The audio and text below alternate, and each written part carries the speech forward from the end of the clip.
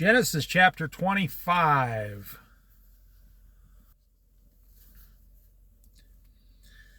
Abraham had taken another wife, whose name was Keturah.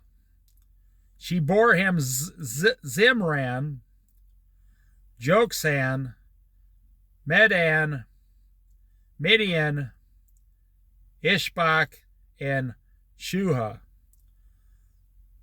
Jokshan was the father of Zeba and Dahan.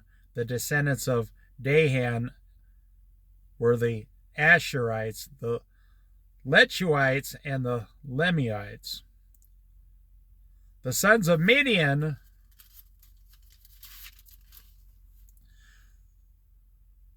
were Elf, Epher, Hanak, Ebiah, and Eliah.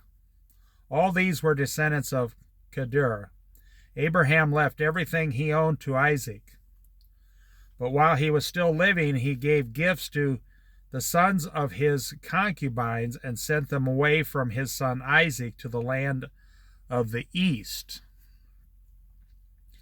Abraham lived 175 years. Then Abraham breathed his last and died at a good old age, an old man and full of years, and he was gathered to his people.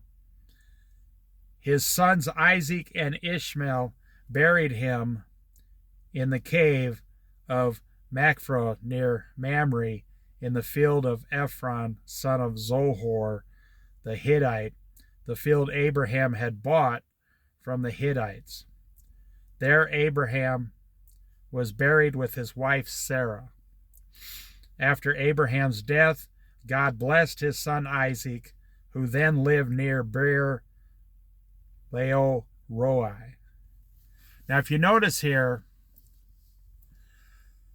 all the sons of Abraham went to the east, but Isaac and his descendants stayed in what we call the land of Israel today.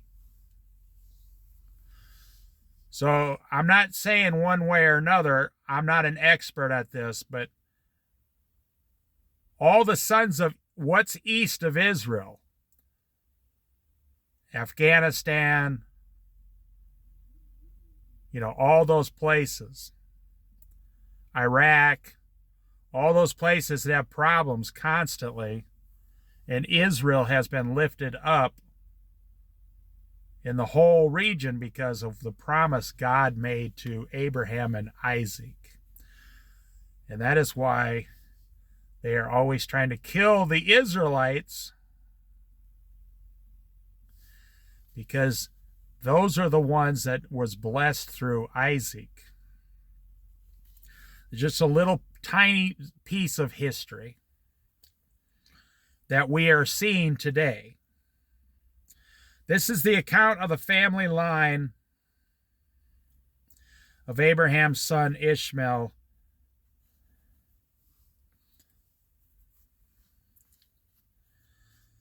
whom Sarah's slave, you see, she was also sent out to the east. See, everybody was sent away from Abraham.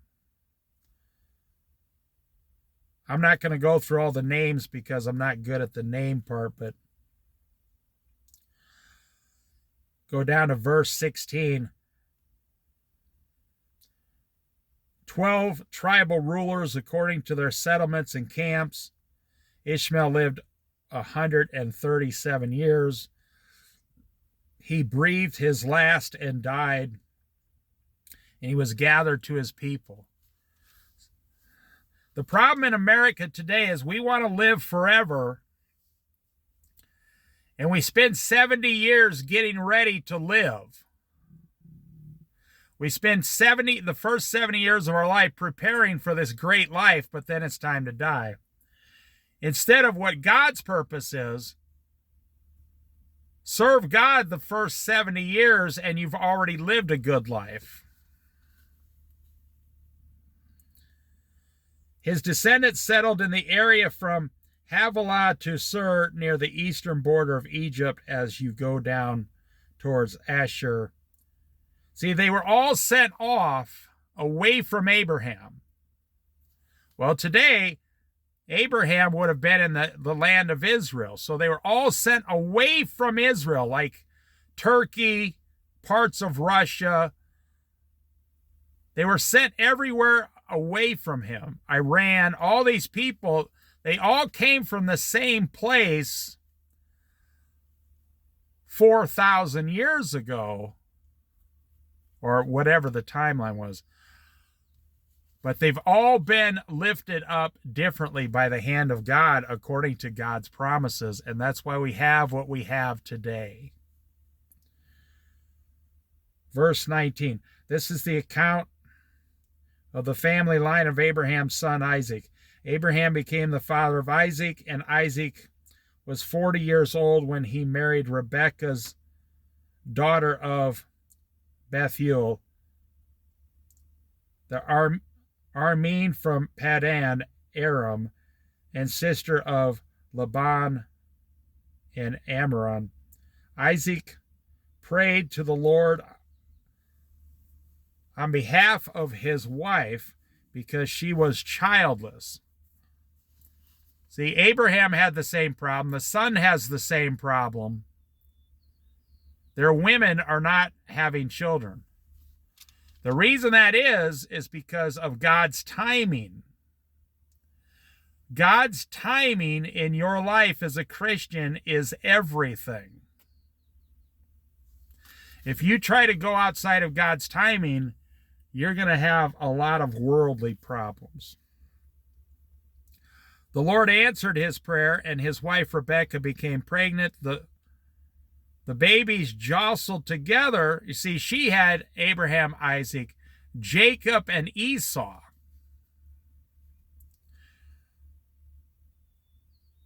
The babies jostled each other within her, and she said, "Why is this happening to me?" So she went to inquire of the Lord. The Lord said to her, "Two nations are in your womb." You know, that's amazing. You think you're having a baby, and God thinks he's going to have a baby and turn the baby into a great nation. See the difference here on how you think compared to what God thinks. Two nations are in your womb, God said, and two peoples from within you will be separated. One people will be the stronger than the other, and the older will serve the younger. Now that's wild because, you know, Esau was older. He ended up serving Jacob, who was younger. But you see, God has plans. He says, "I know the plans I have for you."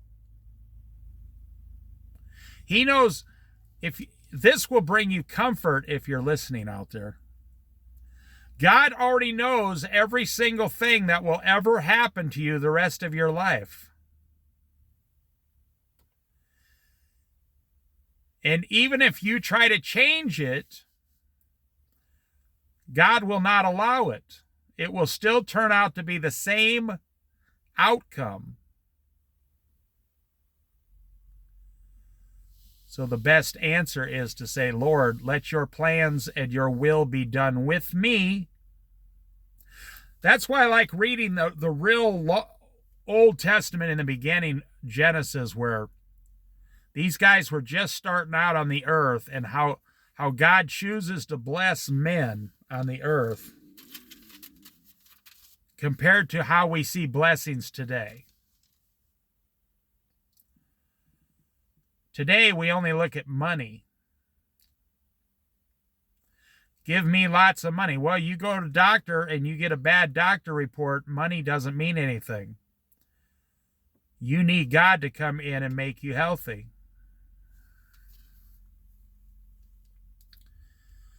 When it came time for her to give birth, there were twin boys in the womb. The first one, most people don't realize, Jacob and Esau were twins. The first to come out was red, and his whole body was like that of a hairy garment. So they named him Esau, Esau. After this, the brother came out, and his hand grasping Esau's heel, he was named Jacob. Isaac was 60 years old when Rebekah gave birth to them. Remember, he's 20 years older than her.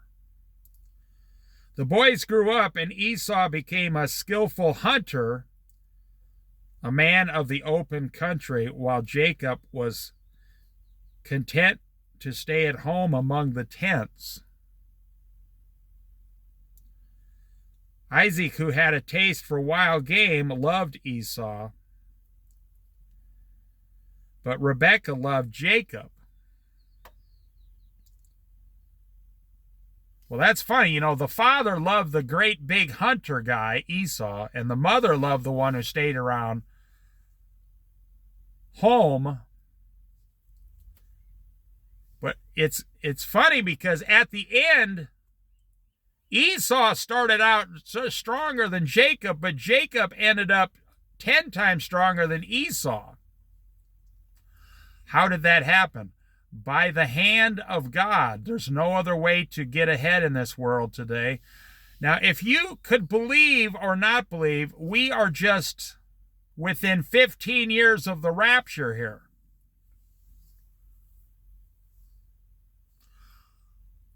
If you believe that, how will you live your life for the next how many ever years until the rapture comes?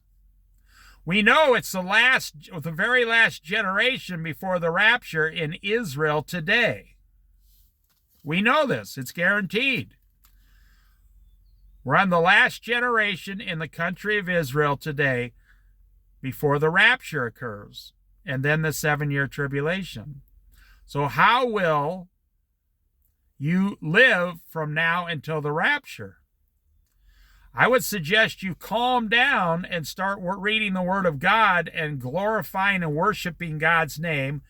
Get a daily prayer life and a daily Bible study life, and start glorifying God before He raptures you and takes you to be with Him with, 1 billion, 2 billion people.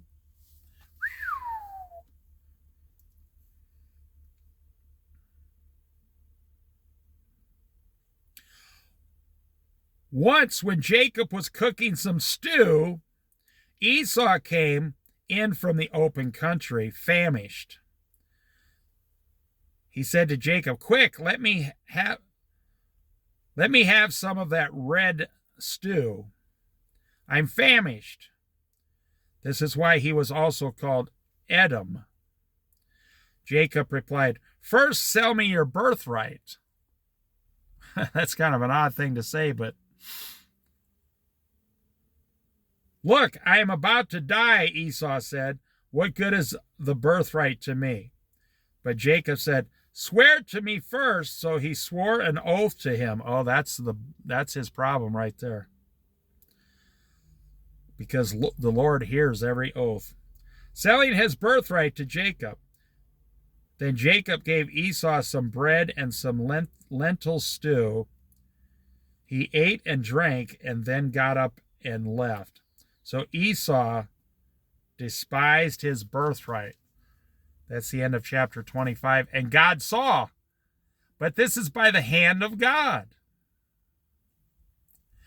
You think that you're making big decisions in your life today out there. But you don't see God's finger or hand directing you or moving you. Let me explain it to you this way. Your children at your house, they believe they're making fabulous decisions in their life, but as the parent, you're controlling every single thing they do. But you don't realize that's what God is doing to you